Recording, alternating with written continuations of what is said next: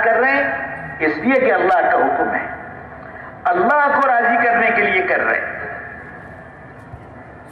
اللہ کو راضی کرنے کے لیے کر رہے ہیں، اور کوئی جذبہ نہیں، اللہ کو راضی کرنا ہے۔ محترم بھائیوں، بزرگوں اور دوستوں، یہ تو ایمان کے بننے کا راستہ، آنکھوں پر بھی پیرا بٹھانا ہوگا، کانوں پر بھی پیرا بٹھانا ہوگا، زبان پر بھی پیرا بٹھانا ہوگا۔ یہ نہیں کہ زبان بولے گی نہیں، کان سنیں گے نہیں، وہ بات نہیں سنیں گے جس سے ایمان جلتا ہے، وہ بات سنیں گے جس سے ایمان کو جلا ملتی ہے، ایمان چمک اٹھتا ہے۔ وہ نگاہ اس نگاہ سے دیکھیں گے جس سے ایمان بنتا ہے، اس نگاہ سے نہیں دیکھیں گے جس سے ایمان جلتا ہے۔ پھر ہماری سوچ صحیح بن جائے گی۔ جب سوچ صحیح بن جائے گی پھر انشاءاللہ سب جگہ پر اللہ کا حکم پورا کرنا آسان ہوگا۔ ویسے کبھی سچ بول دیا، کبھی جھوٹ بول دیا، سچ سے پیسہ بڑھتا نظر آیا سچ بول دیا، جھوٹ سے پیسہ بڑھتا نظر آیا جھوٹ بول دیا، دھوکہ دینے سے بڑھتا نظر آیا دھوکہ دے دیا، امانت داری سے بڑھتا نظر آ رہا امین بن گئے۔ نہیں، ہر حال میں اللہ کو راضی کرنے کے لیے اللہ کے حکم کو پورا کرنا ہے۔ دوسری چیز جو ضرورت ہوگی حکم پورا کرنے کے لیے وہ احکام کا علم ہے۔ میرے اللہ اس وقت مجھ سے کیا چاہتے ہیں، میرے اللہ اس وقت مجھ سے کیا چاہتے ہیں، میں وہ کر لوں، یہ معلوم ہو کہ اللہ کیا چاہتے ہیں۔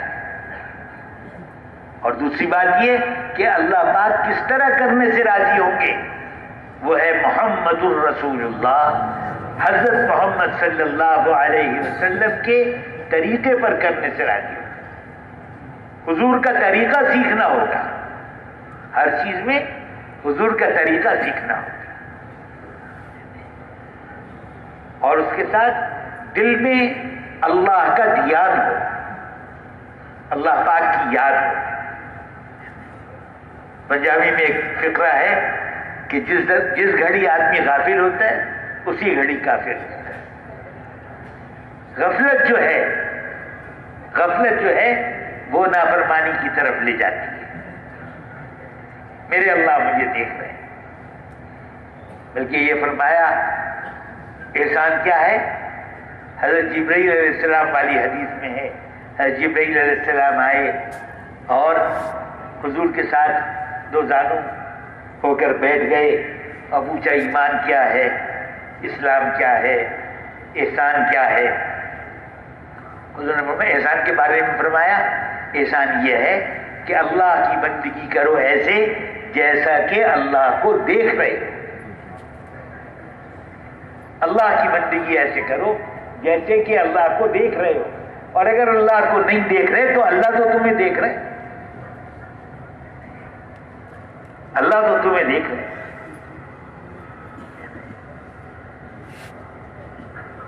اور محترم بھائی بزرگ اور دوستو، یہ تین چیزیں ہوں گی صحیح، یقین صحیح، علم صحیح، دھیان صحیح۔ دھیان کے صحیح کرنے کے لیے ذکر ہے، دھیان کا صحیح کرنے کے لیے ذکر ہے، یکسوئی کے ساتھ دھیان جما کر یہ تین تسبیحات پڑھنا، سوئم کلمے کی، تیسرا کلمہ، درود شریف اور استغفار، لمبے سیغے پڑھے یا چھوٹے سیغے، استغفار اللہم اغفر لی سے بھی استغفار ہو جائے گا۔ اور حضور نے ایک مجلس میں ایک صاحب کہتے ہیں میں گنتا رہا، حضور نے 100 دفعہ یہ دعا پڑھی، رب اغفر لی وتب علی انک انت التواب الرحیم، ایک مجلس میں 100 دفعہ یہ دعا پڑھی۔ جو آدمی اپنی نیکی پر استغفار کر لے گا اس کو برائی سے بچنا آسان ہو جائے گا، برائی سے بچنے کی توفیق مل جائے گی۔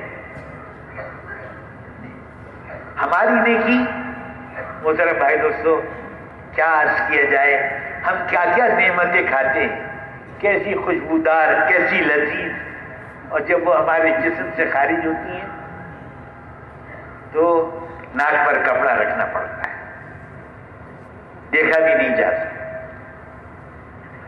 ایسے ہی ہمارے عملوں کا حال ہے، جو ہمارے عمل ہمارے جسم سے صادر ہو رہے ہیں وہ ایسے ہی ہے۔ اس پر استغفار کرنا کہ یا اللہ جس طرح آپ کی اطاعت کرنی چاہیے تھی ویسے نہیں کر سکا، مجھے معاف فرما دے۔ حضرت ابوبکر صدیق رضی اللہ عنہ کو حضور صلی اللہ علیہ وسلم نے نماز کے آخر میں دعا تعلیم فرمائی، اس میں یہ ہے کہ یا اللہ میں نے اللہم انی ظلمت نفسی، میں نے اپنی جان پر ظلم کیا، جیسی نماز پڑھنی چاہیے تھی ویسی نہیں پڑھی، جیسا قیام ہونا چاہیے تھا، جیسی تلاوت ہونی چاہیے تھی، جیسا اس میں آپ کا دھیان ہونا چاہیے تھا، جو طریقہ ہونا چاہیے تھا وہ میں نہیں اختیار کر سکا۔ اے اللہ میں نے اپنی جان پر ظلم کیا، بڑا ظلم کیا، اے اللہ معاف کرنے والے آپ ہیں۔ جب آدمی، میں مختصر عرض کر رہا ہوں، استغفار نیکی پر بھی کرے گا، اور واقعی نیکی پر استغفار کی ضرورت کیوں ہے کہ جیسا حکم تھا ویسے کیا نہیں، یہ اس کا کرم ہے، اس کا احسان ہے۔ ہمارے بعض اکابر کا قول ہے کہ جب ایک نیکی کے بعد دوسری نیکی کی توفیق مل جائے تو امید رکھنی چاہیے کہ پہلی قبول ہو گئی، پہلی قبول ہو گئی۔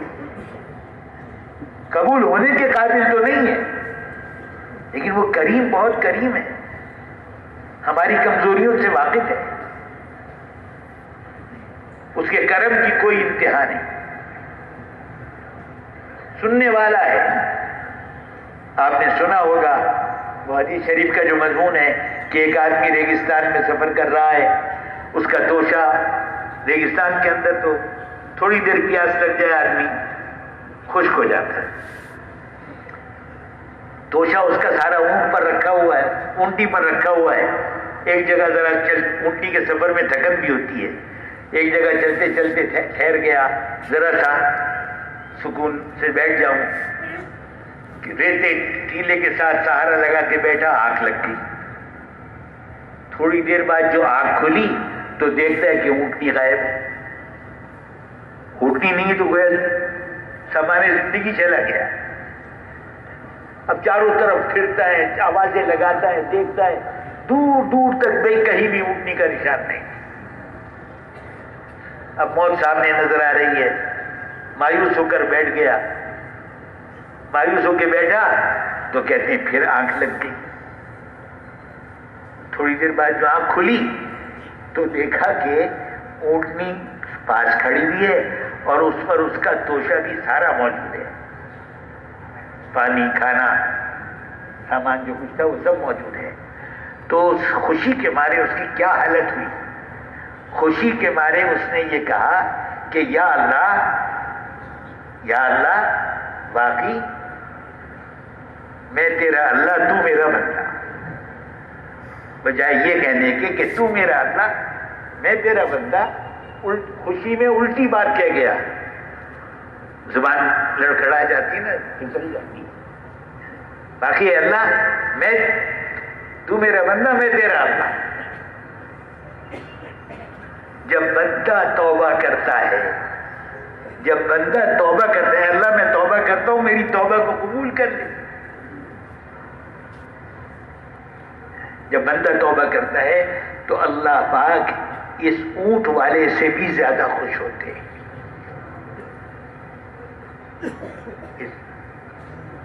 جو اونٹ والے کو اونٹ واپس مل گیا، اس سے بھی زیادہ خوش ہوتے ہیں بندے کی توبہ سے، ان کے کرم کا کوئی حساب نہیں۔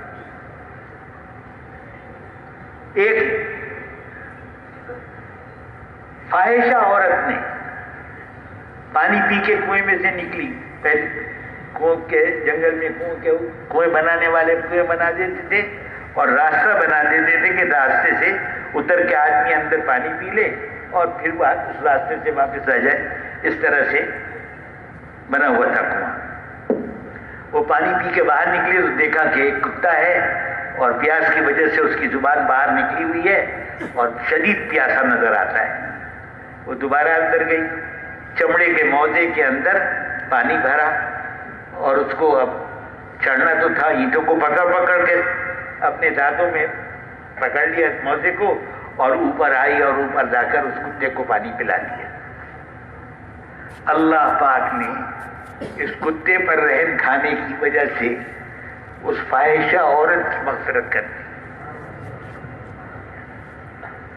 بھائی امین صاحب رحمہ اللہ فرمایا کرتے تھے, مولانا الیاس صاحب رحمۃ اللہ علیہ کی بات نقل کرتے تھے کہ ادھر تو کتا ہے اور ادھر فاحشہ عورت ہے. یہ فاحشہ عورت نہ ہو, کوئی نیکوکار ہو تو اجر اس سے زیادہ ہوگا. اگر کوئی متقی ولی ہو اللہ کا تو اور زیادہ اجر, نبی ہو تو شاید اور زیادہ, یقیناً اور زیادہ اجر. اور یہ لانے والی فاحشہ عورت نہ ہو, یہ کوئی متقی پرہیزگار ہو تو ادھر بھی اجر بڑھتا چلا جائے گا. دونوں آخری درجے کے, کتا نجس اور عورت فاحشہ. اس فاحشہ عورت نے نجس کتے کی پیاس پر رحم کھایا اور اس کو پانی پلایا تو مغفرت ہو گئی. محترم بھائی بزرگ اور دوستو, اللہ پاک تو بے حد کرم کرنے والے ہیں, ان کے کرم کا کوئی اندازہ نہیں کر سکتا. اب یہ تین چیزیں ہوگی نا جب ہمارے پاس یقین صحیح, علم صحیح اور دھیان صحیح. دھیان میں عرض کر رہا تھا کہ وہ تین تسبیحیں جو ہے, بات ادھر چلی گئی, تین تسبیحیں دھیان جما کر پڑھنا. مولانا الیاس صاحب رحمۃ اللہ فرماتے تھے کہ جس طرح میں بتاتا ہوں یہ تین تسبیحیں 3 سال پڑھ لو نا تو وہاں پہنچ جاؤ گے جہاں تم مجھے سمجھتے ہو. بات واضح ہوئی؟ جہاں تم مجھے سمجھتے ہو نا وہاں پہنچ جاؤ گے. یہ 3 تسبیحات دھیان جما کے پڑھ. سبحان اللہ, اللہ ہر عیب سے پاک ہے, ہر نامناسب چیز سے پاک ہے. الحمدللہ ساری خوبیاں سارے کمالات اللہ ہی میں ہیں, اللہ ہی کے لیے. لا الہ الا اللہ, جب سارے کمالات اس میں اور ہر عیب سے وہ پاک ہے تو وہی عبادت کے لائق ہے, وہی بندگی کے لائق ہے. اسی کے آگے سر جھکائیں گے, اسی کا حکم مانیں گے, اسی سے مانگیں گے, سب کچھ اس کے لیے ہے. لا الہ الا اللہ. اور اللہ اکبر, جو کچھ اللہ کے بارے میں میں نے سوچا اللہ اس سے بہت بڑے, بہت بڑے. درود شریف حضور کے احسانات, ہم حضور کے کسی احسان کا کوئی بدلہ نہیں ادا کر سکتے. اللہ سے درخواست کرتے ہیں کہ یا اللہ آپ ہماری طرف سے حضور کو بدلہ عطا فرما دیں. اور استغفار میں نے عرض کر دیا کہ ہم گناہوں پر تو استغفار ہے ہی, ہماری تو نیکیاں بھی استغفار کے قابل ہیں. نیکیوں پہ بھی استغفار کیا جائے. جو اب یہ 3 تسبیحات دھیان جما کے اگر پڑھیں تو نماز میں جان آ جائے. کر کے دیکھ, نماز میں جان آ جائے. نماز میں یہ 3 چیزیں چاہیے, اللہ کا یقین, حضور والا طریقہ اور اللہ کا دھیان. حضور والے طریقہ سیکھنے کے لیے تعلیم ضروری ہے, اللہ کا دھیان جمانے کے لیے اللہ کا ذکر ضروری ہے, ایمان بنانے کے لیے ایمان کی باتیں کہنا سننا, ایمان کی نگاہ سے دیکھنا, ایمان کی باتوں کو سوچنا. جب یہ ایمان کی مجلسوں میں اللہ کو راضی کرنے کے لیے بیٹھیں گے, تعلیم کے حلقوں میں اللہ کو راضی کرنے کے لیے بیٹھیں گے, ذکر میں، تسبیحات پڑھنے میں اللہ کو راضی کرنے کے لیے بیٹھیں گے تو پھر کیا ہوگا؟ نماز اللہ کو راضی کرنے کے لیے ہو جائے گی۔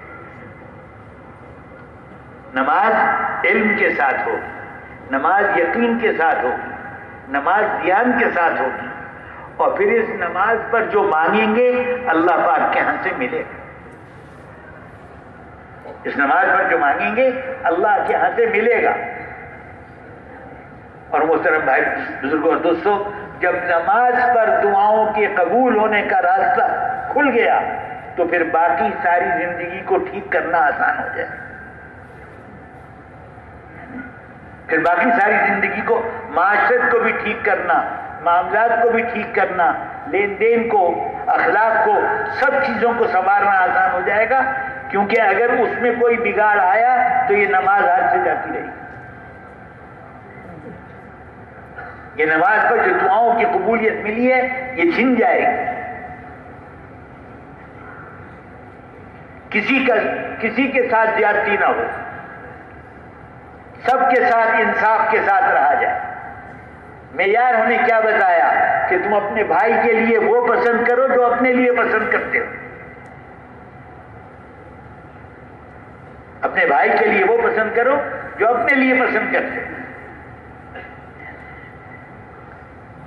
حضرت علی رضی اللہ عنہ کا واقعہ بارہا آپ نے سنا ہوگا کہ ان کی زرہ جو میدان جنگ میں تلوار کے حملوں سے بچنے کے لیے جیکٹ لوہے کی بنی ہوئی، لوہے کے آنکڑوں کی بنی ہوئی پہنی جاتی ہے، وہ زرہ گم ہو گئی تھی۔ ان کو اس کی پہچان تھی، ایک یہودی کے پاس وہ نظر آ گئی۔ حضرت علی رضی اللہ تعالیٰ عنہ امیر المومنین تھے، انہوں نے وہ زرہ اس سے زبردستی واپس نہیں لے لی، عدالت میں دعویٰ کیا۔ تو دعوے اصول یہ ہے کہ جو دعویٰ کرنے والا ہے اس کو 2 گواہ پیش کرنے ہوں۔ جس پر دعویٰ کیا گیا اس کا قسم کھا لینا کافی ہے، لیکن جو دعویٰ کرنے والا ہے اس کو 2 گواہ پیش کرنے ہوں گے۔ قاضی صاحب نے، قاضی شاگرد تھے حضرت علی رضی اللہ عنہ، حضرت علی رضی اللہ عنہ کے شاگرد تھے۔ قاضی صاحب نے کہا جی آپ کے 2 گواہ، تو فرمایا کہ ہاں 2 گواہ موجود ہیں، ایک صاحبزادے حضرت امام حسن اور ایک غلام۔ تو قاضی صاحب نے کہا کہ ان دونوں کی گواہی آپ کے حق میں قبول نہیں ہو۔ حضرت علی رضی اللہ عنہ نے حیرت سے فرمایا حسن کی گواہی قبول نہیں ہوگی؟ فرمایا حضرت قاضی صاحب نے حضرت علی رضی اللہ عنہ سے سنی ہوئی حدیث ہی سنا دی کہ اس حدیث میں جو اصول بیان کیا گیا اس کی روح سے نہ یہ غلام کی گواہی آپ کے حق میں چلے گی اور نہ صاحبزادے کی چلے گی۔ دعویٰ خارج ہو گیا، ذرا یہودی کے پاس لے گئی، باہر نکل کر یہودی نے وہ زرہ پیش کر دی، کہا کہ یہ آپ ہی کی زرہ ہے، اور آپ ایک سفر میں جا رہے تھے، گھوڑے پہ سے گر پڑی تھی، میں نے اٹھا لی تھی، یہ آپ ہی کی زرہ ہے، اور میں یہ گواہی دیتا ہوں کہ اللہ کے سوا کوئی معبود نہیں اور محمد صلی اللہ علیہ وسلم اللہ کے رسول ہے۔ انصاف والی معاشرت ہوگی تو غیر مسلموں کے لیے اسلام کا دروازہ کھل جائے گا۔ غیر مسلم جو اسلام کی طرف آئے گا وہ مسلمانوں کی معاشرت دیکھ کر آئے گا۔ مولانا یوسف صاحب رحمۃ اللہ نے فرمایا کہ جو باہر جماعتیں جاتی ہیں ان جماعتوں میں لوگ دیکھیں گے کہ ان کا آپس کا سلوک کیسا ہے۔ اگر ان کا سلوک اچھا ہوگا، ان کے غریب اور مالدار، جماعت میں مالدار بھی ہوتے ہیں غریب بھی ہوتے ہیں، اگر مالدار غریبوں کی رعایت کرتے ہیں اور غریب مالداروں کے ساتھ اچھا سلوک کرتے ہیں تو یہ لوگوں کو اسلام کی طرف کھینچ لے گا۔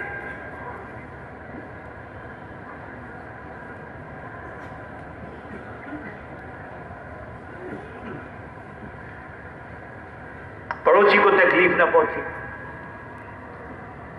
فرمایا کہ پھل لاؤ تو کچھ حصہ پڑوسی کے یہاں بھیج دو. اگر نہیں بھیج سکتے تو ان پھلوں کے چھلکے گھر کے باہر نہ پھینکو,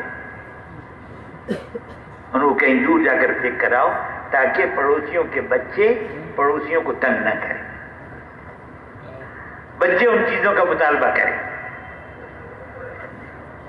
پھر سب کا لحاظ رکھنا ہو. اور میں محترم بھائی بزرگ اور دوستوں, اگر ہر مسلمان باقی لوگوں کا لحاظ رکھے تو نتیجہ کیا ہوگا؟ میں موٹی سی مثال دے دیتا ہوں. 50 آدمی ایک جگہ رہتے ہیں اور 50 میں سے ہر ایک کا جذبہ یہ ہے کہ میں 49 کی خدمت کروں. کس طرح کام آ سکتا ہوں ان کے کام, جان سے مال سے جو ہو سکتے کروں. لیکن 50 کے دل آپس میں محبت سے جڑے ہوئے ہوں گے نہیں ہوں گے. اور اگر ہر ایک کا جذبہ یہ ہے کہ میں ان 49 سے کیسے کھینچ سکتا ہوں, مال کو, نفع کو, خدمت کو, ان سے کیسے میں کھینچ سکتا ہوں, تو کیا ان کے دل آپس میں جڑیں گے؟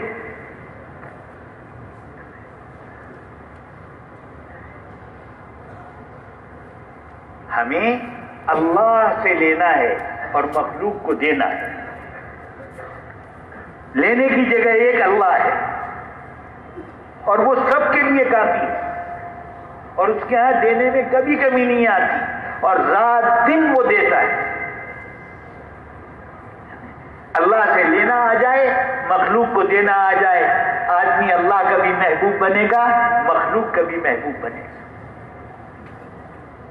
پوچھا گیا کہ ایسی چیز بتا دیجئے جس سے میں اللہ کا بھی محبوب بن جاؤں اور اللہ کے بندوں کا بھی محبوب بن جاؤں. فرمایا دنیا میں جو کچھ پیدا ہوا ہے اس سے بے رغبتی پیدا کر لو, اللہ کے محبوب بن جاؤ. اور جو کچھ لوگوں کے پاس ہے اس سے بے رغبت ہو جاؤ, لوگوں کے محبوب بن جاؤ. لوگوں سے لینا کچھ نہیں, جو دے سکتے ہیں دینا ہے. غریب مالدار کو کیا دے گا؟ جان کی خدمت پیش کر سکتا. اس کی گاڑی ٹائر پنچر ہو گیا تو اب مالدار اس کو تو اسٹیپنی بھی کھولنی نہیں آتی, گاڑی بھی جیک پہ چڑھانی نہیں آتی. غریب آگے آیا, اس نے گاڑی جیک پہ چڑھائی, اسٹیپنی کھولی, دوسری اسٹیپنی لگائی, گاڑی کو تیار کر دیا کہ صاحب تشریف لے جائے. غریب بھی کر سکتا ہے. قبر کھودتی, مالدار کے لیے غریب, مالدار کے لیے قبر کھودنا آسان نہیں. غریب نے قبر کھود دی, جنازے میں شریک ہو گیا, نہلانے دھلانے میں شریک ہو گیا. تو ہر ایک کے اندر دینا ہے. مخلوق دینے کی جگہ ہے, مخلوق لینے کی جگہ نہیں. مخلوق سے لینا کچھ نہیں, دینا ہے. جو ہو سکے دعا ہی دے دیا. ہر ایک کے بارے میں گمان اچھا رکھے. محترم محبوب کو دوستو, معاملات صحیح ہوں گے, لین دین صحیح ہوگا, اخلاق صحیح ہوں گے, معاشرت صحیح ہوگی, تو غیر مسلموں کے لیے اسلام کا دروازہ کھل جائے گا, اور پھر حکومتیں بھی ان کو روکنا چاہیں گی تو روک نہیں سکیں گی. جب مسلمانوں کے اندر اسلام ہوگا, مسلمانوں میں اسلام ہوگا, تو پھر کوئی طاقت ان کو روک نہیں, غیر مسلموں کو اسلام کی طرف آنے سے روک نہیں سکے. ہر کچے پکے گھر میں اسلام پہنچا ہوا, ہر کچے پکے گھر میں اسلام پہنچا ہوا. اب محترم بھائی بزرگ اور دوستو, ہماری زندگی ایمان والی بن جائے, علم والی بن جائے, اللہ کے دھیان والی بن جائے. علم وہ پورا علم نہیں جو مدرسوں میں علماء حاصل کرتے ہیں, وہ تو پورا تفصیلی علم ہے. علم سے مراد یہ ہے کہ ہم جو کام کرتے ہیں وہ حضور کا طریقہ سیکھ کر کریں, اس میں اللہ کا حکم معلوم کر کے کریں، حضور کا طریقہ سیکھ کر کریں۔ علم والی، اللہ کے دھیان والی اور ایمان والی اور اخلاص والی نمازیں بنیں گی، ان نمازوں کے بعد دعا قبول ہوگی، اور پھر باقی ساری زندگی کو دین پر لانا آسان ہو جائے گا، اور جب مسلمانوں کی زندگی دین پر آئے گی تو غیروں کے لیے اسلام کا دروازہ کھل جائے گا۔ اب آپ یہ بتائیے، یہ جتنی چیزیں حاصل، یہ جتنی چیزیں عرض کی گئیں، ان چیزوں کے لیے بنیادی طور پر کسی پیسے کی ضرورت ہے؟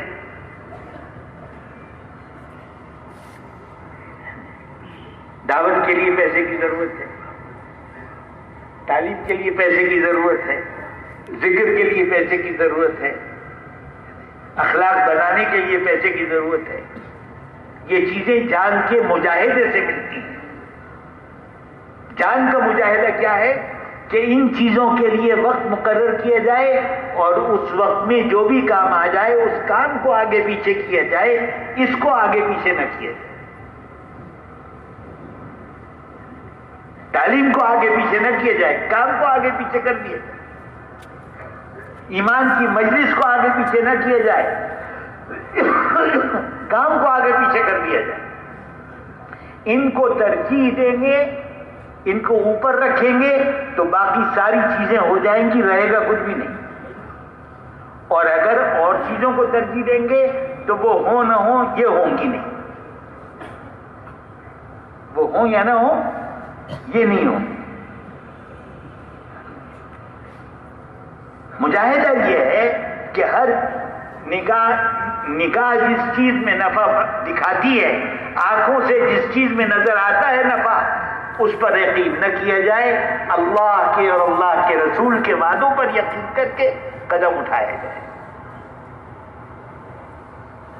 اس چیز پر ڈالنے کے لیے اللہ پاک نے انبیاء علیہ السلام کو بھیجا، اور سب سے آخر میں سب کے سردار جناب محمد الرسول اللہ صلی اللہ علیہ وسلم انسان بنانے کے لیے۔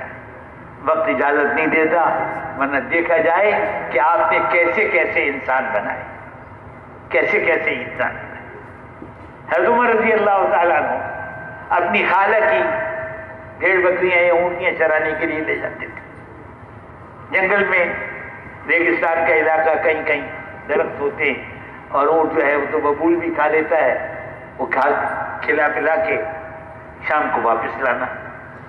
تو حضرت عمر کی خالہ کہتی تھی کہ عمر تو کیا کرے گا، تجھے اونٹنیاں بھی چرانی نہیں آتی، بھوکی لے جاتا ہے، بھوکی واپس لے آتا ہے، اونٹنیاں بھی چرانی نہیں آتی۔ اور کہاں وہ امیر المومنین بنے؟ کوئی اندازہ کر سکتا ہے؟ کوئی اندازہ کر سکتا ہے؟ حضور صلی اللہ علیہ وسلم نے مجمع تیار کیا، نبیوں کی طرح کام کرنے والا مجمع تیار کیا۔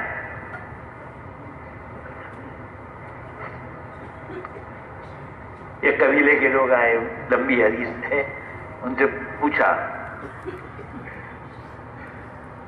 ایمان پر، ہم ایمان رکھتے ہیں اللہ پر، اللہ کے رسولوں پر اور فرشتوں پر اور قیامت کے دن پر، اور اس بات پر کہ تقدیر اچھی ہو یا بری اللہ کی طرف سے ہے۔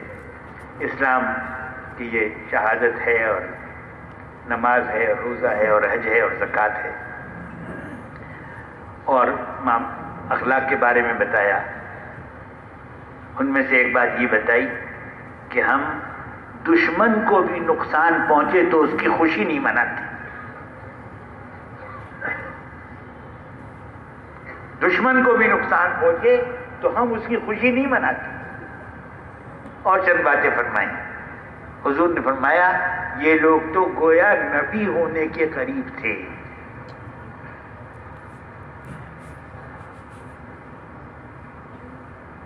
یہ لوگ تو گویا یہ نبی ہونے کے قریب تھے۔ محترم بھائی بزرگوں دوستو، اب یہ سوچ لیا جائے کہ ایک طرف ہم نے چیزیں بنانی ہیں یا اپنے آپ کو بنانا ہے، اپنے آپ کو بنانا۔ اور ہمیں حضور صلی اللہ علیہ وسلم سارے انسانوں کے بنانے کا کام دے کر گئے، سارے انسانوں کے بنانے کا۔ دنیا میں اس وقت جتنی برائیاں ہیں، جتنے حالات کی خرابی ہے، جتنی خون ریزی ہے، جتنا تصادم ہے، جتنا ٹکراؤ ہے، وہ سب بھائی دوستوں کہتے ہوئے ڈر لگتا ہے ہماری غفلت کا نتیجہ ہے۔ یہ کام ہمارے ذمہ ہے، ایمان کی بات ان کو پہنچانا، عبادت پر ان کو لانا، اخلاق ان کو سکھانے۔ کون سکھائے گا؟ نبی کوئی نہیں آئے گا۔ اللہ پاک نے اپنے کلام میں بھی فرما دیا، حضور صلی اللہ علیہ وسلم نے بھی فرما دیا، اور مینا میں اور حج کے موقع پر امت کے سپرد کر دیا۔ کیا میں نے تم تک دین پورا پہنچا دیا؟ صحابہ نے کہا پہنچا دیا، پہنچانے کا حق ادا کر دیا، امانت آپ نے پوری ادا کر دی۔ حضور نے فرمایا تم میں سے جس تک پہنچ گیا ہے اس کے ذمہ ہے کہ آگے اوروں تک پہنچائے۔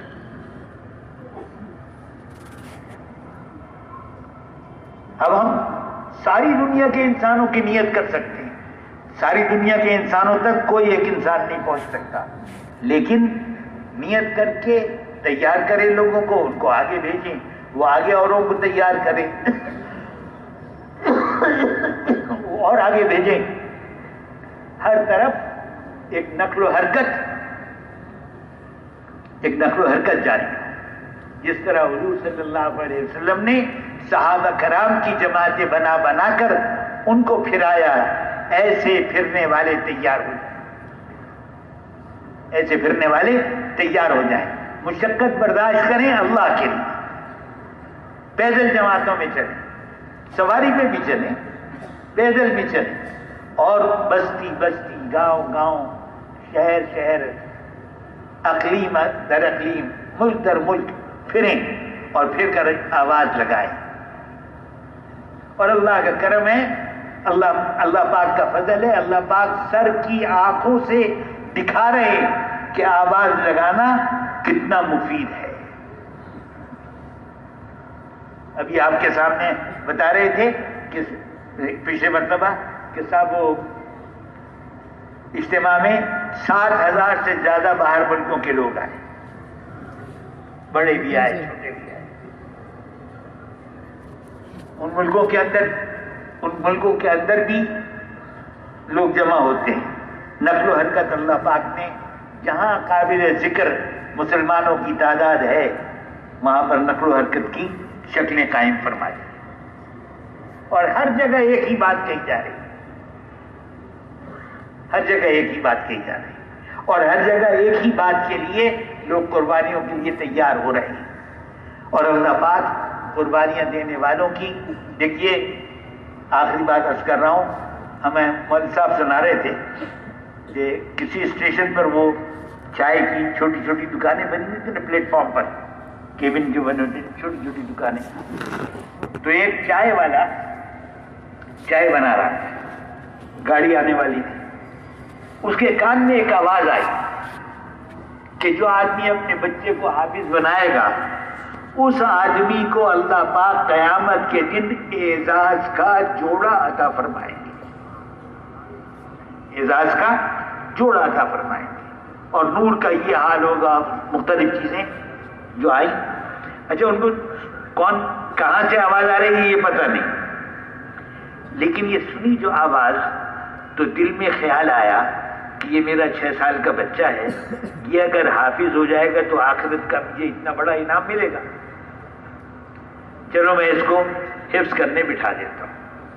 اس کو حفظ کرنے بٹھا دیا، 2-3 سال میں بچے نے حفظ کر لیا، بچہ سمجھدار نکلا اور تیز چلا۔ اس کے بعد استاد نے اس کو پڑھانے پر لگا دیا، چند سالوں کے بعد اس بچے نے 200 بچوں کو حفظ کرا دیا، 200 بچوں کو حفظ کرا دیا۔ تو خیر کی ایک بات، خیر کا ایک جملہ کہنے والا نظر بھی نہیں آ رہا، اللہ پاک اس کا ایسا اثر ظاہر فرما دیتی ہے، دلوں میں ڈال دیتی ہے۔ یہ جو ہمیں مشکلات پیش آتی ہیں، صاف بات لوگ سنتے نہیں، باتیں بناتے ہیں، اور بھی چیزیں ہیں، یہ سب چیزیں اپنی جگہ پر، لیکن بقول ہمارے مولانا محمد احمد صاحب بابت پوری رحمۃ اللہ علیہ کے کہ خیبر سے لے کے گوادر تک سب جگہ پر کتنی ہی مخالفتیں ہوں، کتنی بھی مشکلات ہوں، لیکن کام سب جگہ پر اللہ کے فضل سے بڑھ رہا ہے۔ کبھی رائے کا اجتماع بھی اتنا بڑا نہیں، یہ بہت مختصر ہے۔ یوں 60-70 سال 80 سال کی بھی زندگی کسی کی ہو جائے، پیچھے مڑ کے دیکھے تو خواب معلوم ہو۔ حضرت علی رضی اللہ تعالیٰ عنہ فرماتے ہیں کہ سب انسان سو رہے ہیں، جب موت آتی ہے تو آنکھ کھلتی ہے۔ جو ہم ابھی دیکھ رہے ہیں اس میں ہمیں دھوکہ لگ رہا ہے، اس لیے کہ ہمیں چیزوں سے ہوتا ہوا نظر آ رہا ہے، اور یہ دھوکہ ہے، چیزوں سے نہیں ہوتا۔ ہر چیز سے وہ ہوگا جو اس کا پیدا کرنے والا چاہے، ہر چیز سے وہ ہوگا جو اس کا پیدا کرنے والا چاہے گا۔ جس کے ہاتھ میں سونا ہے، جو وہ چاہے گا سونے سے وہ نہیں ہوگا، سونے سے وہ ہوگا جو مالک چاہے، جو مالک اصلی حقیقی مالک اللہ رب العزت ہے، جو وہ چاہیں گے وہ ہوگا۔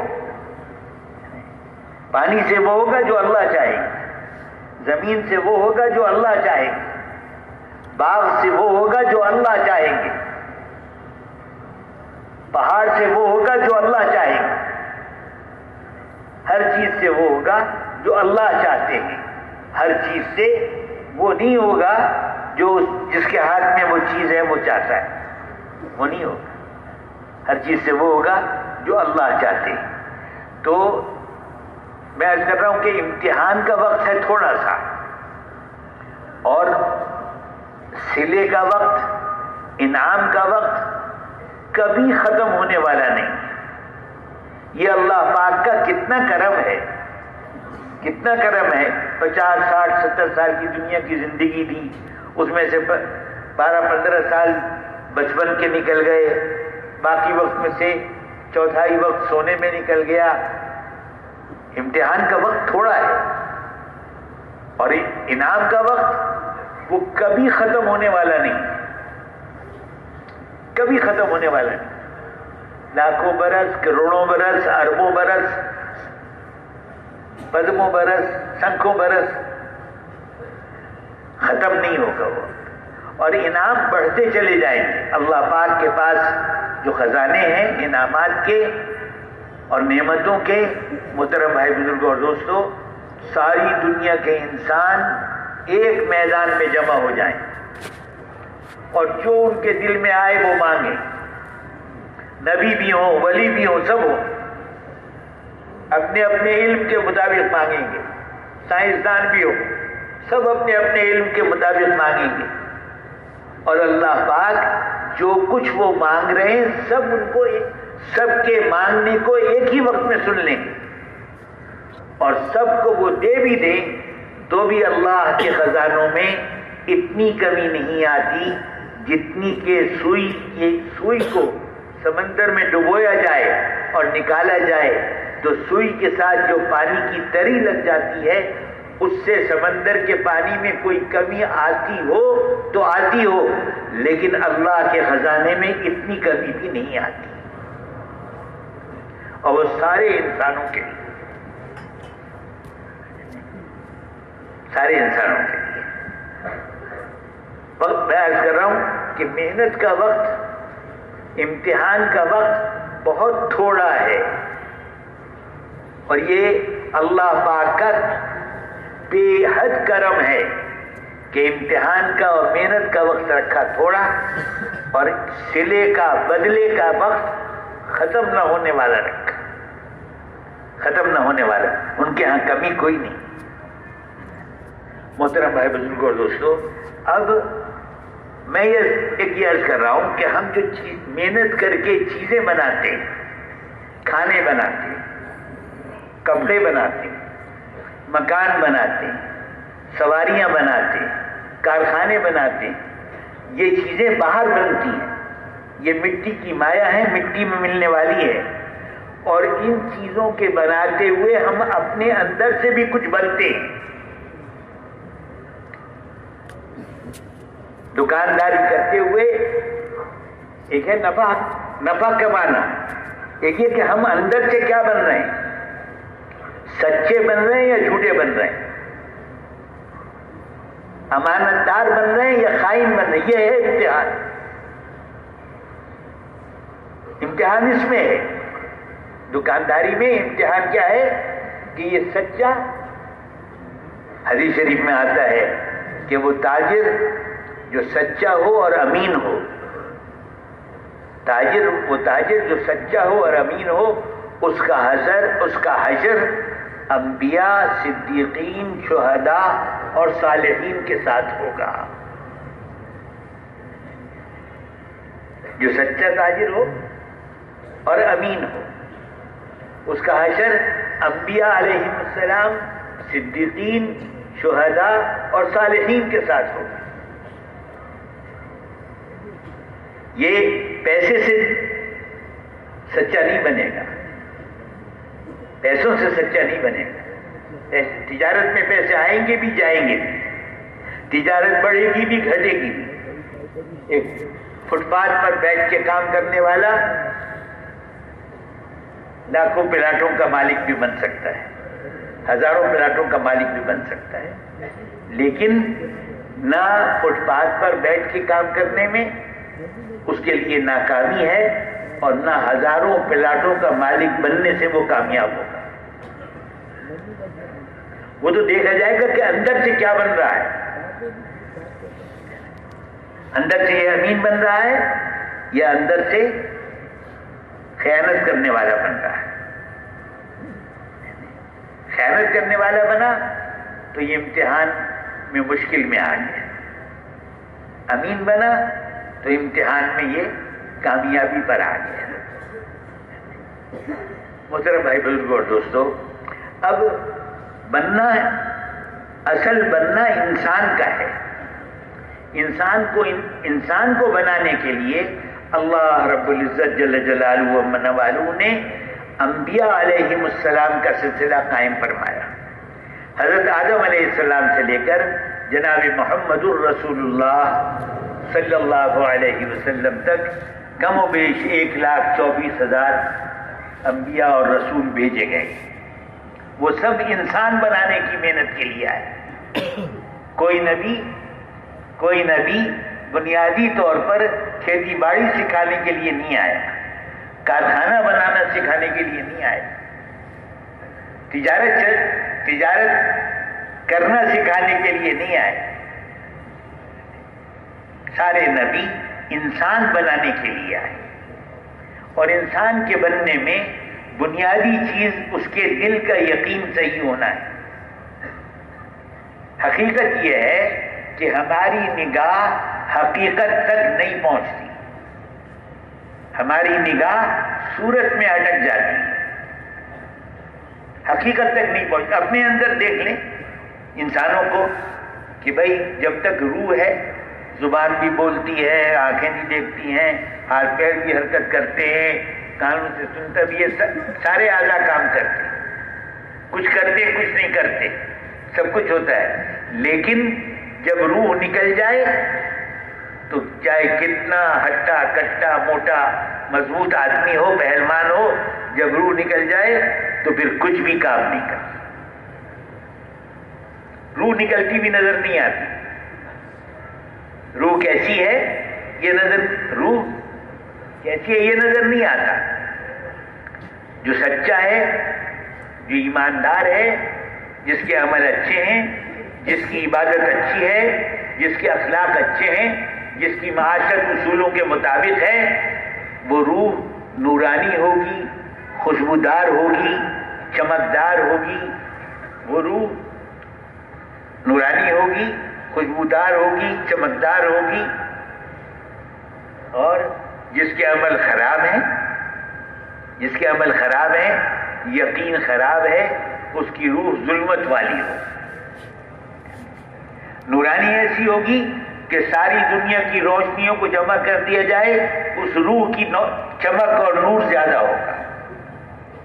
اور اگر ظلمت والی ہوئی تو ساری دنیا کی ظلمتوں کو اکٹھا کر دیا جائے، وہ روح ان سے زیادہ ظلمت والی ہو. اور یہ ہر وقت ہمارے ساتھ ہو رہا ہے.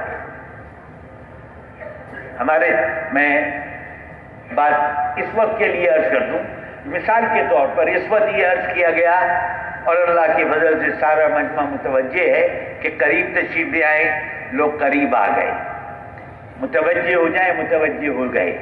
لیکن اگر اس وقت میں پیچھے بیٹھ کر کوئی باتیں کر رہا ہے، پیچھے بیٹھ کر کوئی باتیں کر رہا ہے، کہیں کی بھی کر رہا ہو، کوئی باتیں کر رہا ہے، تو یہ روح کو نورانی بنانے کے بجائے روح کو ظلمت والا بنا رہا ہے.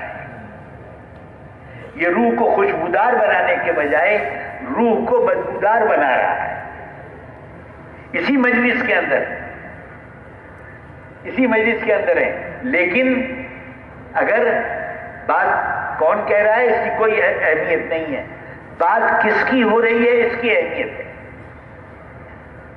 اس بات کو توجہ کے ساتھ سننا، صحیح بات پر اللہ پاک سے عمل کی توفیق ماننا.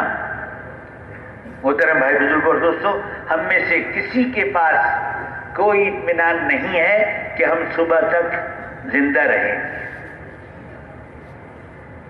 یہ زندگی دھوکہ ہے،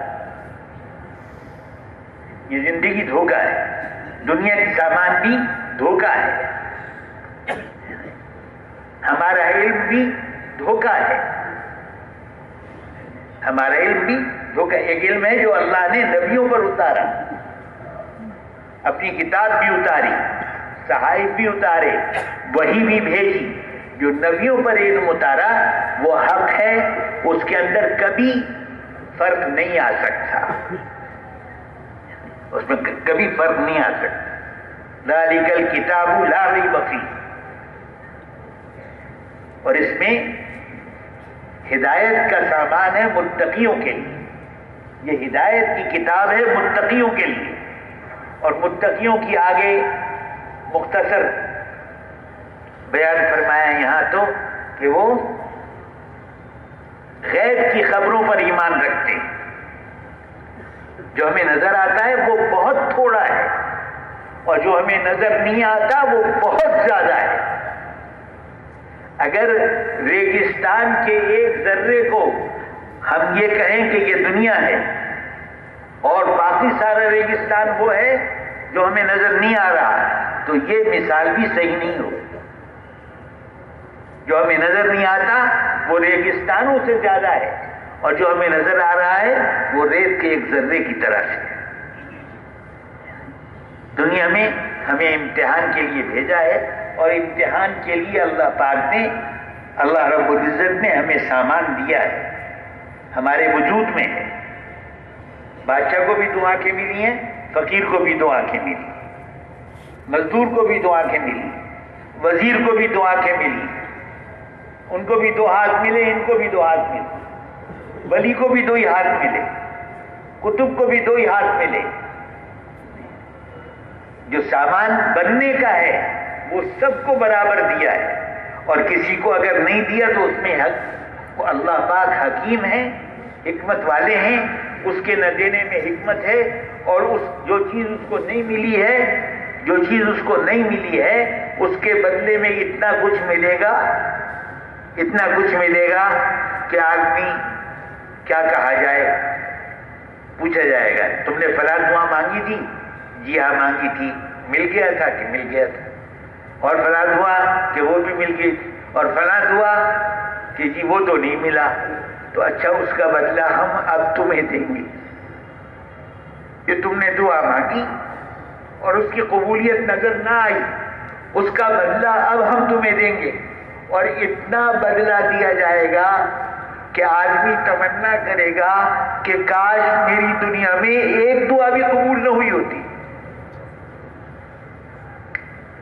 کاش دنیا میں میری ایک دعا بھی قبول نہ ہوئی ہوتی. یہ وقت معمولی نہیں ہے، جو وقت ہم گزار رہے ہیں یہ معمولی نہیں ہے.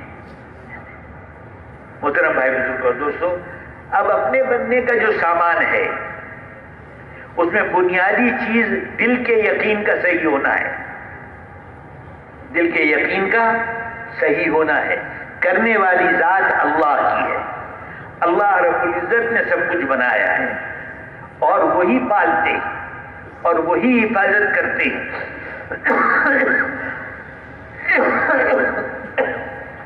پالنے میں وہ بہت بڑے ہیں، پالنے میں وہ کسی کے محتاج نہیں ہیں.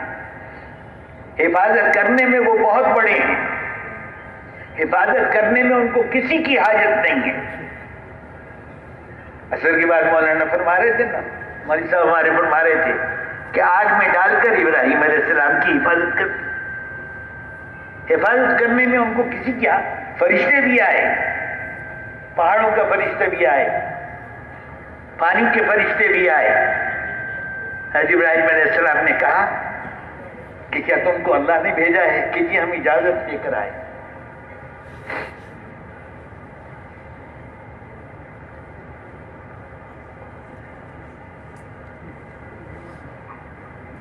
ابراہیم علیہ السلام نے کیا فرمایا کہ میری تم سے کوئی حاجت نہیں ہے. کرنے والی ذات ایک اللہ کی ہے. اللہ والا یقین.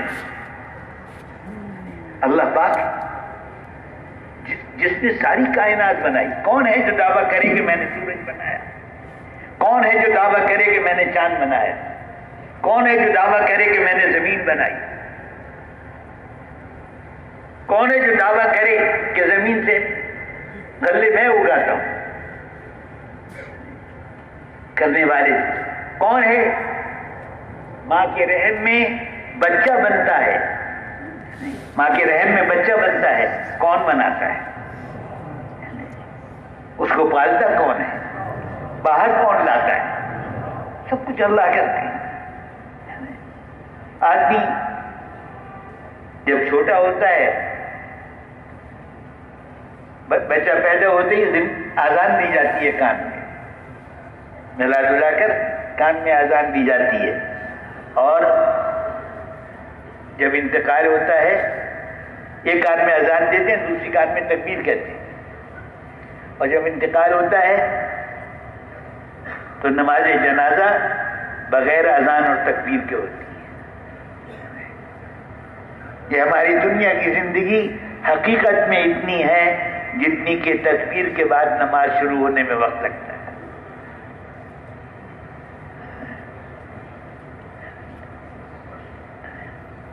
حقیقت کو سمجھنا، حقیقت کو سمجھنا. دنیا کی زندگی دھوکہ ہے. آج دھوکہ ہے، قیامت کو کل کہا ہے، آخرت کی زندگی کو کل کہا ہے، اور وہ حقیقت ہے. وہاں پہنچ کر کوئی آدمی دنیا میں آنے کی، جو لوگ دنیا میں آنے کی تمنا، پوچھا جائے گا کیا لے کر آئے؟ کہ یہ ہم نے اتنا کمایا، سب کچھ چھوڑ کر آ گئے. ہمیں دنیا میں ایک بار بھیج دیا جائے، ہم سب کچھ آپ کے لیے لے کر آ جائیں. اللہ کو اس کی کیا ضرورت ہے؟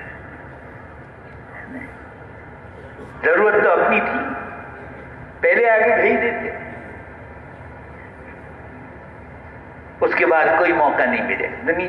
حقیقت کو حقیقت سمجھا جائے، دھوکے کو دھوکہ سمجھا جائے، دھوکے کو دھوکہ سمجھا جائے. دل کے یقین کو صحیح کیا جائے، دل کے یقین کو صحیح کیا جائے.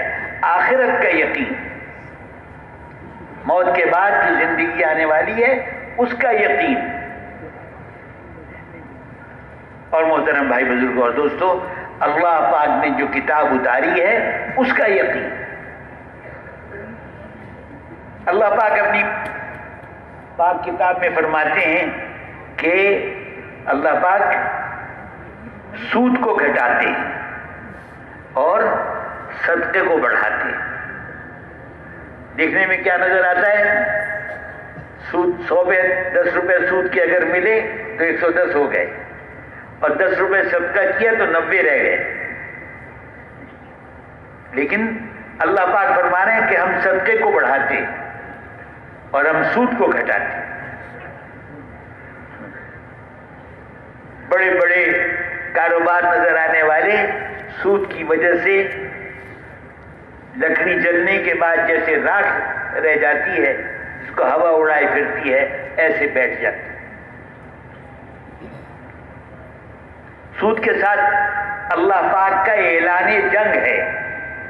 سود کے ساتھ اللہ پاک کا اعلان جنگ ہے. کوئی اللہ سے جنگ کر کے جیت سکتا ہے؟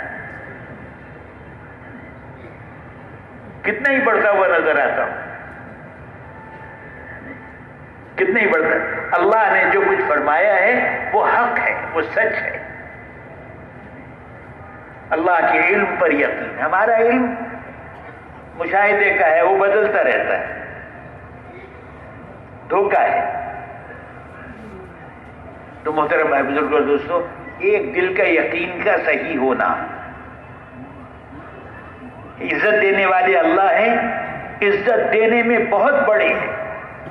کسی عزت جس کو ہم عزت کا سامان سمجھتے ہیں، ان میں سے ہر چیز کے بغیر وہ عزت دے سکتے ہیں. اور سارا عزت کا سامان جمع کر لیا جائے، اللہ ذلیل کرنا چاہیں تو سارے عزت کے سامان میں ذلیل کر کے دکھا دیں.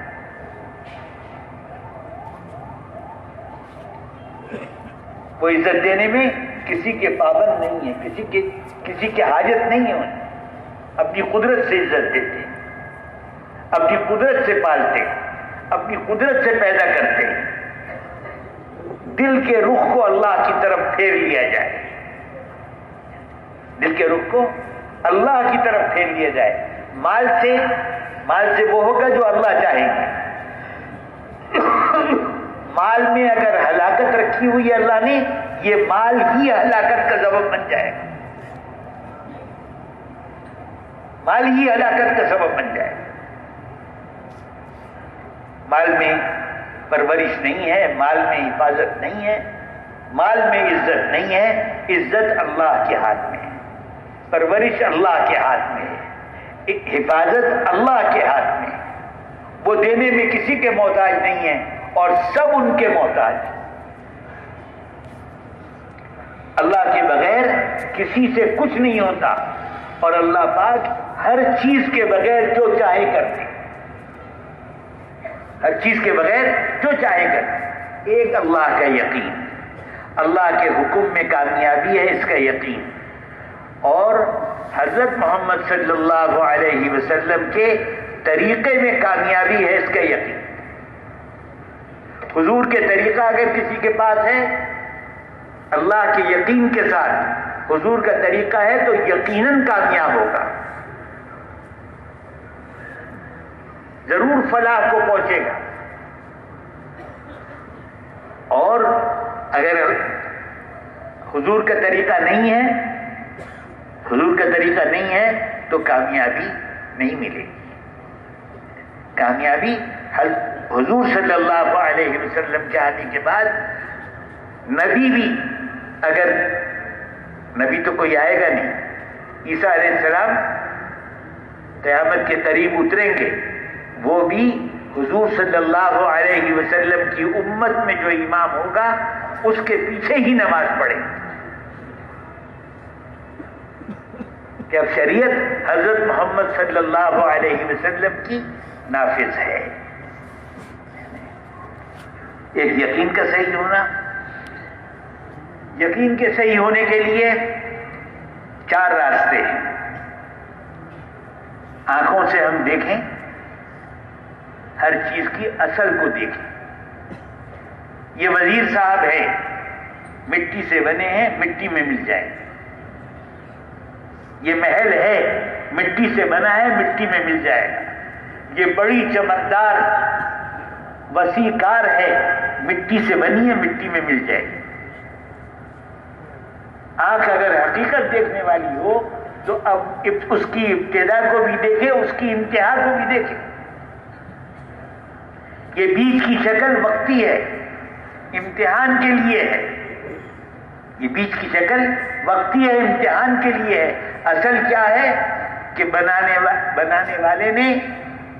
والے نے ترتیب بنائی، مٹی سے یہ چیزیں نکلی، مٹی سے جوڑ کر چیزیں بنائی گئی اور یہ مٹی میں مل جائیں گی.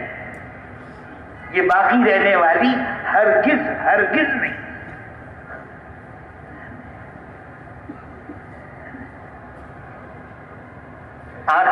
آنکھ ایمان والی بنے گی جب ہر چیز کی ابتدا کو بھی دیکھے، انتہا کو بھی دیکھے. خالی کسی کتاب کے بیچ کا ایک وقت پڑھ کر پوری کتاب کا علم نہیں آ جاتا. کسی فائل کا بیچ کا ایک صفحہ پڑھ کر اس فائل کا علم نہیں آ جاتا. ہمارے سامنے بیچ میں ایک چیز ہے، اس کی ابتدا اور انتہا کیا ہے؟ مٹی سے بنی ہے، مٹی میں مل جائیں گے.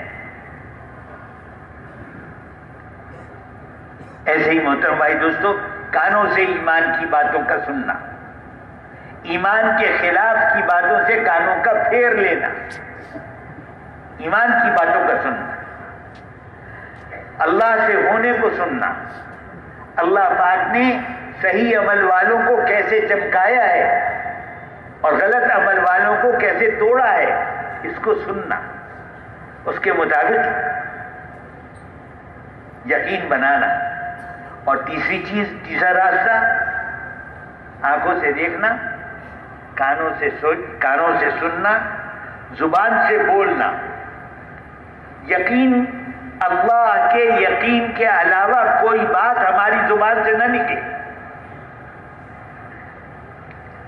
حضور صلی اللہ علیہ وسلم نے، آپ کو معلوم ہے کہ مدینے والوں نے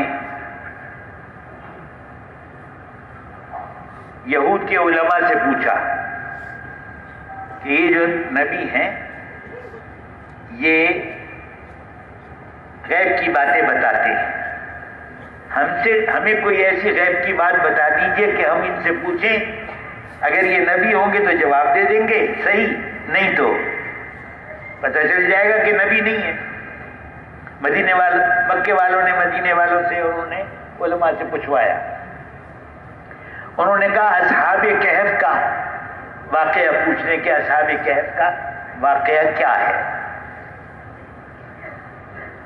اب حضور صلی اللہ علیہ وسلم مکے میں رہے، کہیں اہل کتاب لوگوں سے بھی کوئی تعلق نہیں تھا. حضور سے جب پوچھا گیا تو حضور نے فرمایا میں کل بتا دوں گا. کیا خیال تھا کہ جبرائیل علیہ السلام آتے ہیں، ان سے پوچھوں گا بتا دیں. اب جناب اگلے دن جبرائیل علیہ السلام نہیں آئے.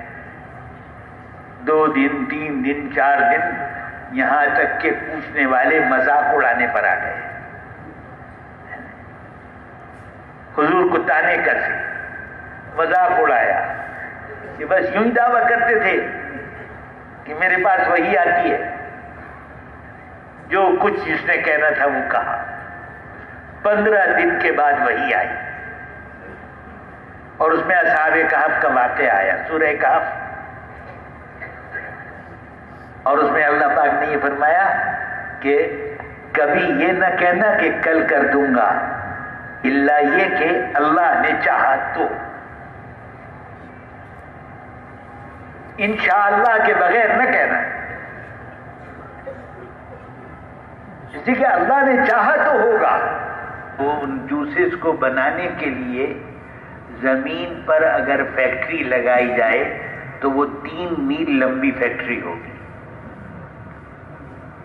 3 میل لمبی فیکٹری میں یہ فرازات تیار ہوں گے جو ہمارے کھانے کو جزو بدن بنانے میں استعمال ہوتے ہیں.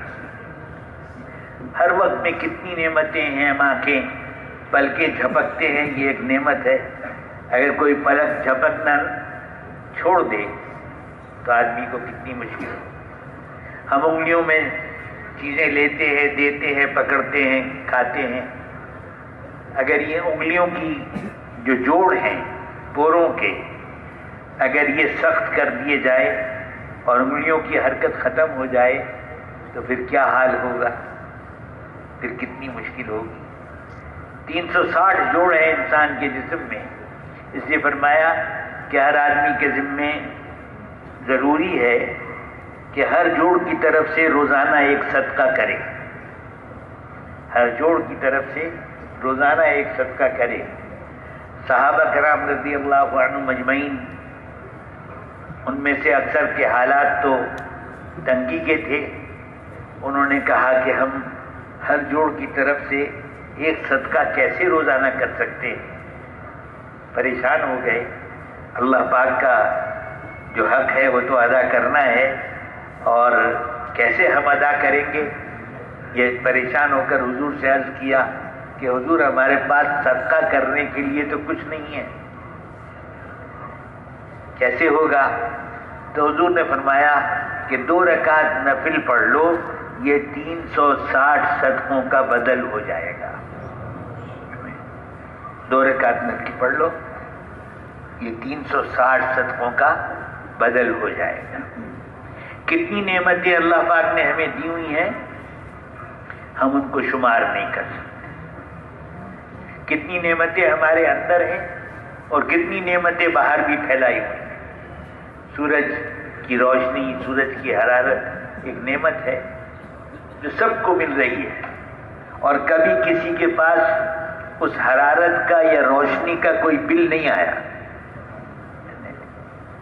مفت میں سب کے لیے اللہ نے کھولی ہوئی۔ چاند کی روشنی ہے، ستاروں کی روشنی ہے، ستاروں سے لوگ راستہ بھی دیکھتے ہیں۔ سمندر میں جہاں رات کو اوپر بھی آسمان کی چادر ہے، آسمان ہے، اور نیچے سارا سمندر کالا نظر آتا ہے، دور دور تک کوئی روشنی کا نشان نہیں ہوتا۔ اس میں بھی جو جہاز چلتے ہیں، جو چلتے رہے ہیں، اب بہت سے آلات بنا لیے گئے، لیکن جو ہمیشہ سے ترتیب رہی ہے وہ یہ کہ ستاروں سے ریگستانوں میں چلنے والے، جنگلات میں چلنے والے، پانی میں سفر کرنے والے، وہ ستاروں سے راستہ پاتے تھے، اپنے رخ کا تعین ستاروں سے کرتے تھے اور اس سے اپنی منزل کو پہنچتے تھے۔ تو محترم بھائی بزرگوں دوستوں، میں یہ عرض کر رہا ہوں کہ ہم اللہ پاک نے ہمارے اندر جو نعمتیں رکھی ہیں ان کو بھی ہم شمار نہیں کر سکتے، اور ہمارے باہر جتنی نعمتیں ہیں، اور یہ سب انسانوں کے لیے اللہ نے بنائی ہیں، سب انسانوں کے لیے اللہ نے بنائی۔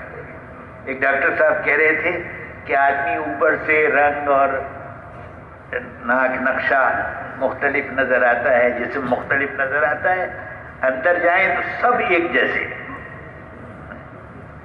سب ایک جیسے ہوتے ہیں۔ سب کے لیے اللہ پاک نے نعمتیں بنائی ہیں، انسان کے لیے بنائی ہیں۔ جو کچھ زمین اور آسمان کے درمیان، زمین اور آسمان میں ہے، وہ سب انسانوں کے لیے بنایا گیا ہے، اور انسانوں کا امتحان ہے اس بات کا کہ کون اپنے خالق اور مالک کو پہچان کر، اس کو منعم سمجھ کر، نعمتیں دینے والا جان کر اس کے حکم کے مطابق زندگی گزارتا ہے، اور کون اپنی منمانی زندگی گزارتا ہے۔ جو جی میں آیا وہ کر لیا، جو جی میں آیا وہ کر لیا، کون اس رخ پر ہے اور کون اللہ پاک کے، اپنے خالق اور مالک کے، اپنے رازق کے، اپنے حفاظت کرنے والے کے، اپنے پالنے والے کے حکم کو دیکھ کر چلتا ہے۔ یہ ایک مختصر امتحان ہے۔ اور محترم بھائی بزرگوں اور دوستوں، ایک بات یہ ہے کہ جہاں انسان کی محنت لگتی ہے دنیا کی چیزوں میں، وہاں چیزیں بنتی ہیں۔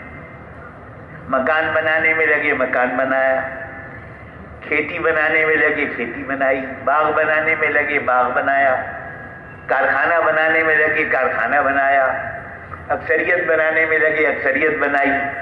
باہر کی چیزیں محنت کرنے سے بنتی ہیں، ایک ہے باہر جو کچھ بن رہا ہے، اور ایک ان سب چیزوں کے بناتے ہوئے انسان کے اپنے اندر بھی کچھ بنتا ہے۔ جو باہر بن رہا ہے وہ مٹی کی مایا ہے اور مٹی میں مل جائے گا۔ محل بھی بنا لے تو کتنے محل آج ان کا نشان بھی نہیں، مٹی میں مل گئے۔ کتنی بڑے بڑے کارخانے مٹی میں مل گئے، یہ جہاز بھی مٹی میں مل جاتے ہیں، قبرستان ہے جہازوں کے، وہاں مٹی بنے ہوئے مٹی کی طرح سے گھلتے رہتے ہیں۔ تو جو چیزیں باہر کی بنی ہوئی ہیں یہ سب مٹی کا دھن ہے، مٹی کی مایا ہے۔ ہم اس پہ محنت کر کے اس کی شکلیں مختلف بنا لیتے ہیں، لیکن انجام ان کا مٹی ہے۔ وزیر صاحب کی شکل ہے لیکن انجام اس کا بھی مٹی ہے، مٹی ہے۔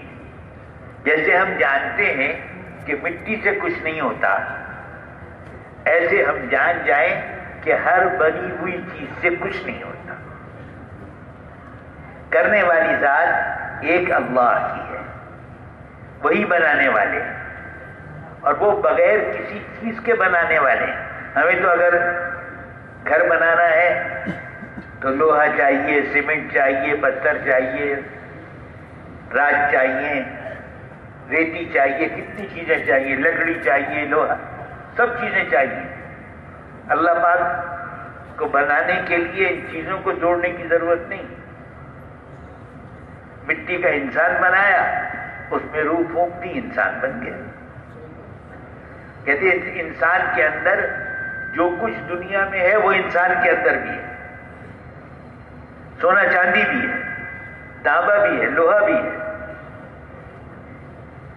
انسان کے اندر سب کچھ، ساری دنیا کی ساری نعمتوں کا خلاصہ، جو کچھ ہم کھاتے ہیں، جو غذائیں بنتی ہیں، زمین سے غذائیں اگتی ہیں، غذائیں بنتی ہیں، ان غذاؤں میں یہ سارے اجزاء موجود ہوتے ہیں، اور وہ غذائیں ہمارا جسم کا حصہ بن جاتی ہیں۔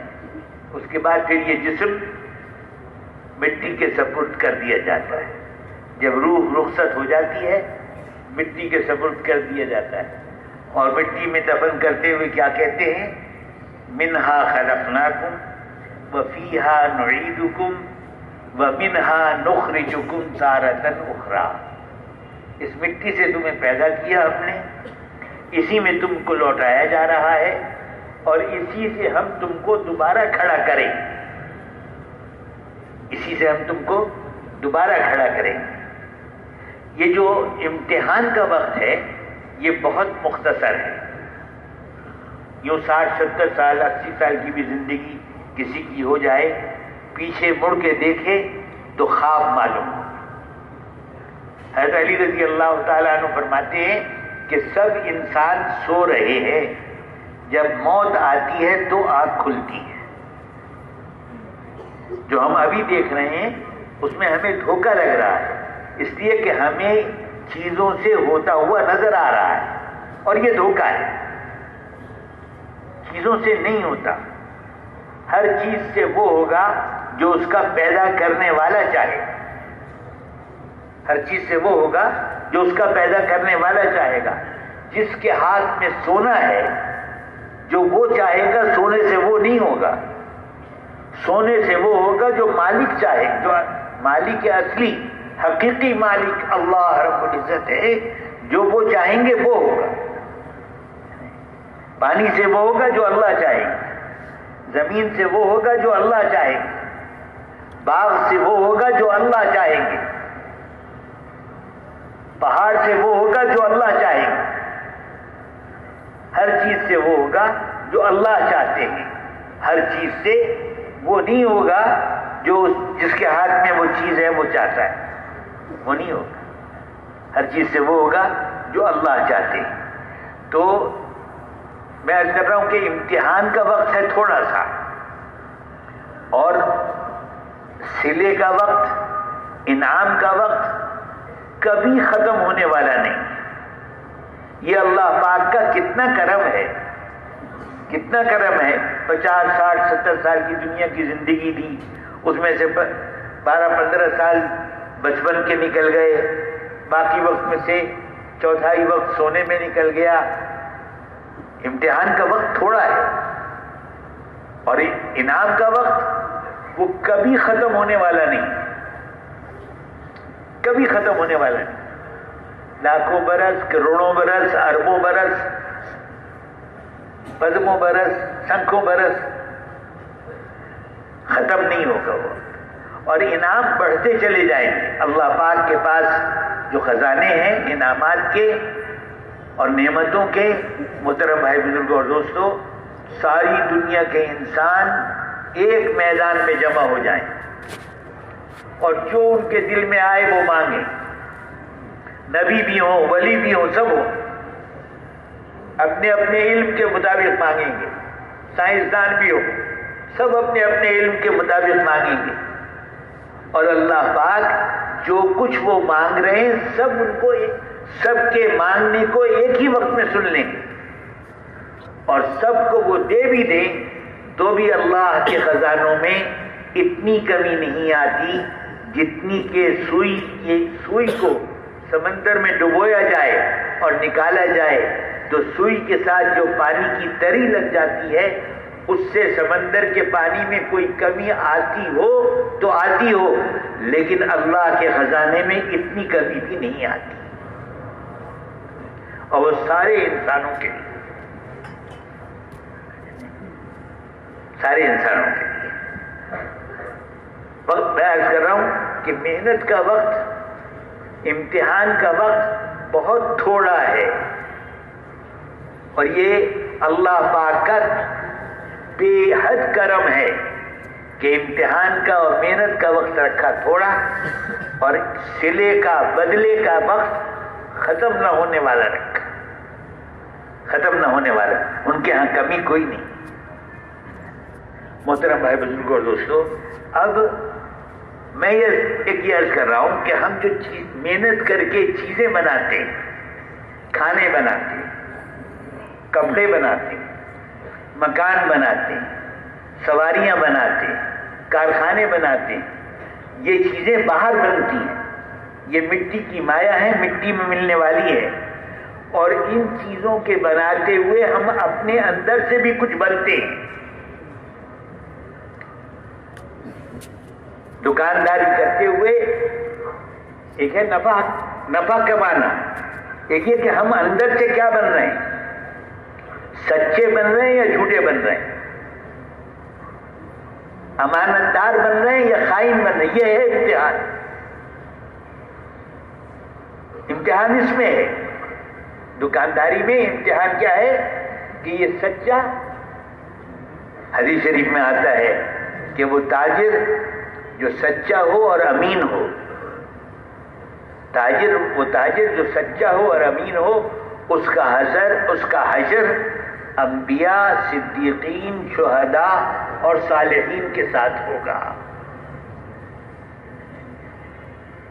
جو سچا تاجر ہو اور امین ہو، اس کا حشر انبیاء علیہ السلام، صدیقین، شہداء اور صالحین کے ساتھ ہوگا.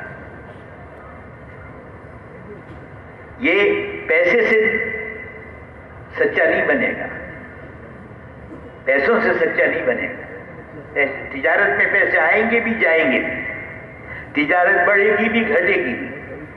ایک فٹ پاتھ پر بیٹھ کے کام کرنے والا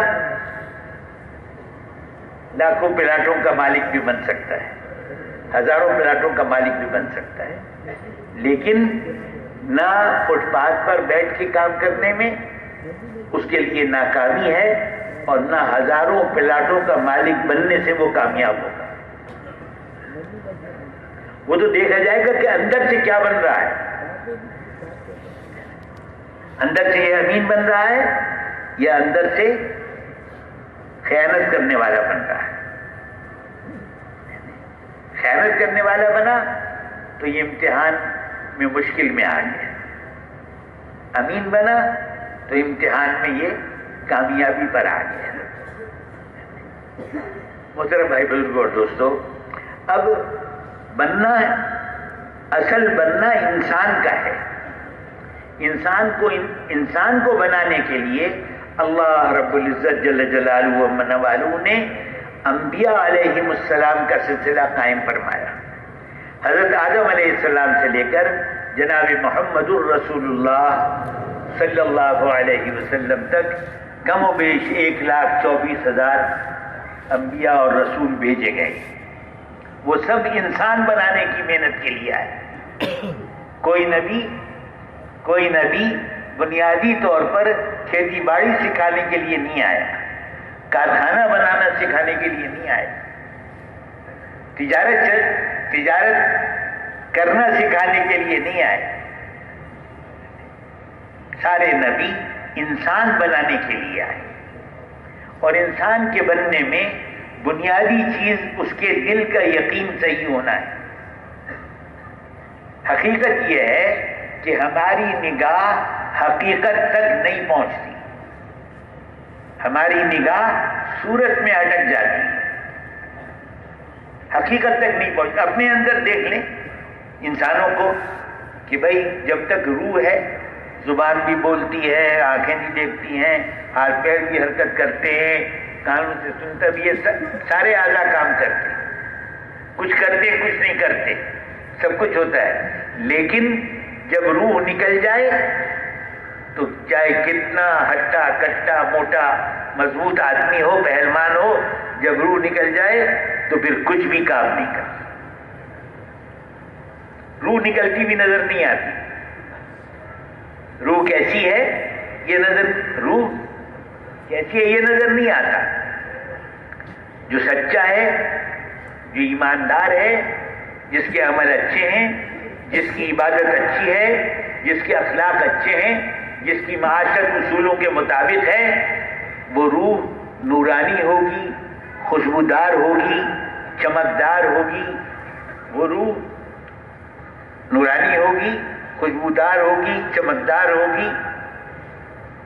اور جس کے عمل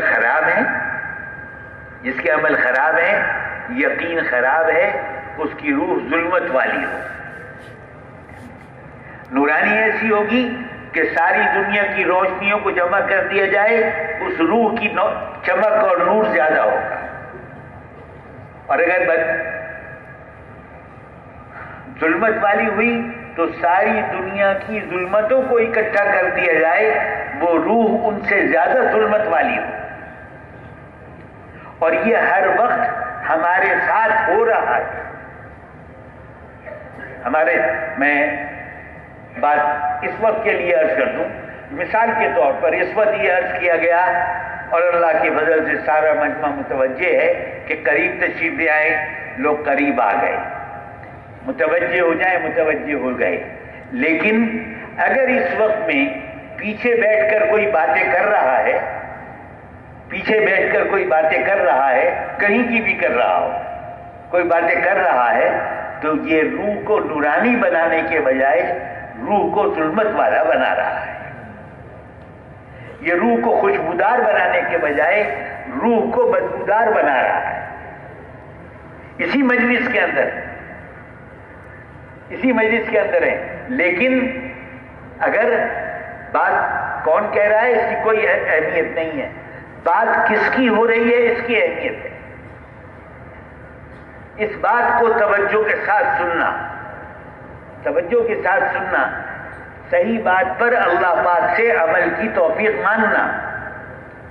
محترم بھائی بزرگ اور دوستو، ہم میں سے کسی کے پاس کوئی اطمینان نہیں ہے کہ ہم صبح تک زندہ رہیں۔ یہ زندگی دھوکہ ہے، دنیا کی سامان بھی دھوکہ ہے، ہمارا علم بھی دھوکہ ہے،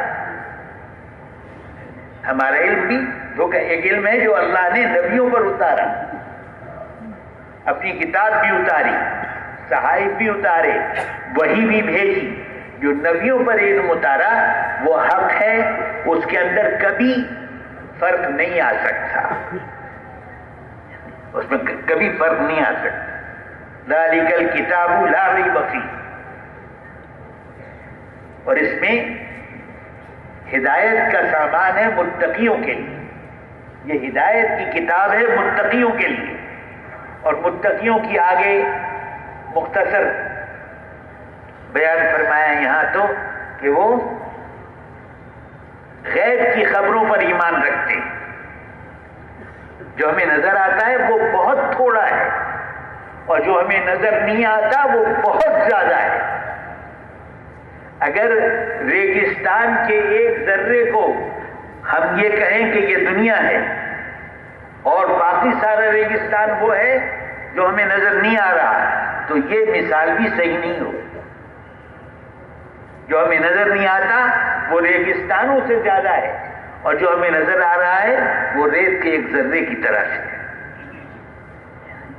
دنیا میں ہمیں امتحان کے لیے بھیجا ہے اور امتحان کے لیے اللہ پاک نے, اللہ رب العزت نے ہمیں سامان دیا ہے, ہمارے وجود میں ہے. بادشاہ کو بھی دو آنکھیں ملی ہیں, فقیر کو بھی دو آنکھیں ملی, مزدور کو بھی دو آنکھیں ملی, وزیر کو بھی دو آنکھیں ملی, ان کو بھی دو ہاتھ ملے, ان کو بھی دو ہاتھ ملے, ولی کو بھی دو ہی ہاتھ ملے, کتب کو بھی دو ہی ہاتھ ملے. جو سامان بننے کا ہے وہ سب کو برابر دیا ہے اور کسی کو اگر نہیں دیا تو اس میں حق, اللہ پاک حکیم ہے, حکمت والے ہیں, اس کے نہ دینے میں حکمت ہے. اور جو چیز اس کو نہیں ملی ہے, جو چیز اس کو نہیں ملی ہے اس کے بدلے میں اتنا کچھ ملے گا, اتنا کچھ ملے گا کہ آدمی کیا کہا جائے. پوچھا جائے گا تم نے فلاں دعا مانگی تھی؟ جی ہاں مانگی تھی. مل گیا تھا کہ مل گیا تھا؟ اور فلاں دعا کہ وہ بھی مل گئی تھی. اور فلاں دعا کہ جی وہ تو نہیں ملا. تو اچھا اس کا بدلہ ہم اب تمہیں دیں گے کہ تم نے دعا مانگی اور اس کی قبولیت نظر نہ آئی, اس کا بدلہ اب ہم تمہیں دیں گے.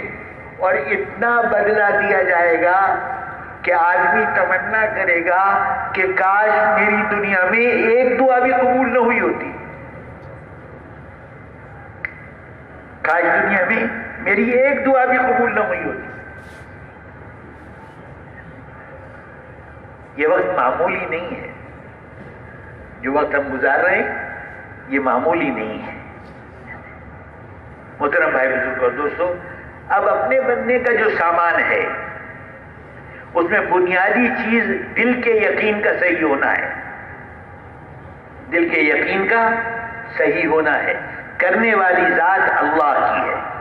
اللہ رب العزت نے سب کچھ بنایا ہے اور وہی پالتے اور وہی حفاظت کرتے.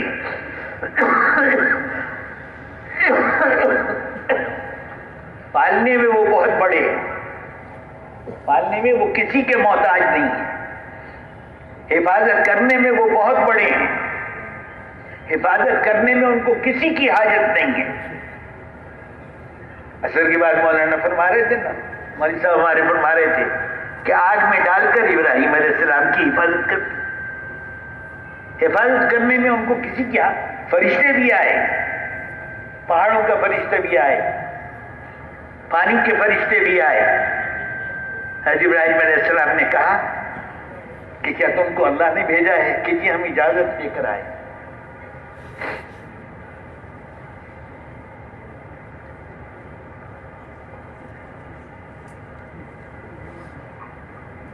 تو ابراہیم علیہ السلام نے کیا فرمایا کہ میری تم سے کوئی حاجت نہیں ہے. کرنے والی ذات ایک اللہ کی ہے. اللہ والا یقین. اللہ پاک جس نے ساری کائنات بنائی, کون ہے جو دعویٰ کرے کہ میں نے سورج بنایا؟ کون ہے جو دعویٰ کرے کہ میں نے چاند بنایا؟ کون ہے جو دعویٰ کرے کہ میں نے زمین بنائی؟ کون ہے جو دعویٰ کرے کہ زمین سے غلے میں اگاتا ہوں؟ کرنے والے کون ہے؟ ماں کے رحم میں بچہ بنتا ہے, ماں کے رحم میں بچہ بنتا ہے, کون بناتا ہے؟ اس کو پالتا کون ہے؟ باہر کون لاتا ہے؟ سب کچھ اللہ کرتے ہیں۔ آدمی جب چھوٹا ہوتا ہے، بچہ پیدا ہوتے ہی آزان دی جاتی ہے کان میں، ملا جلا کر کان میں آزان دی جاتی ہے، اور جب انتقال ہوتا ہے ایک کان میں اذان دیتے ہیں، دوسری کان میں تکبیر کہتے ہیں، اور جب انتقال ہوتا ہے تو نماز جنازہ بغیر اذان اور تکبیر کے ہوتی ہے۔ یہ ہماری دنیا کی زندگی حقیقت میں اتنی ہے جتنی کہ تکبیر کے بعد نماز شروع ہونے میں وقت لگتا ہے۔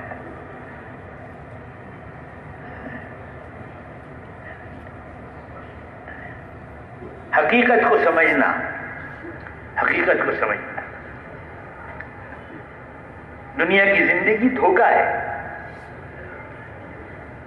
آج دھوکہ ہے، قیامت کو کل کہا ہے، آخرت کی زندگی کو کل کہا ہے، اور وہ حقیقت ہے۔ وہاں پہنچ کر کوئی آدمی دنیا میں آنے کی، جو لوگ دنیا میں آنے کی تمنا، پوچھا جائے گا کیا لے کر آئے، کہ ہم نے اتنا کمایا سب کچھ چھوڑ کر آ گئے، ہمیں دنیا میں ایک بار بھیج دیا جائے، ہم سب کچھ آپ کے لیے لے کر آ جائیں۔ اللہ کو اس کی کیا ضرورت ہے؟ ضرورت تو اپنی تھی، پہلے آگے بھیج دیتے، اس کے بعد کوئی موقع نہیں ملے۔ حقیقت کو حقیقت سمجھا جائے، دھوکے کو دھوکہ سمجھا جائے، دھوکے کو دھوکہ سمجھا جائے، دل کے یقین کو صحیح کیا جائے، دل کے یقین کو صحیح کیا جائے، آخرت کا یقین، موت کے بعد جو زندگی آنے والی ہے اس کا یقین۔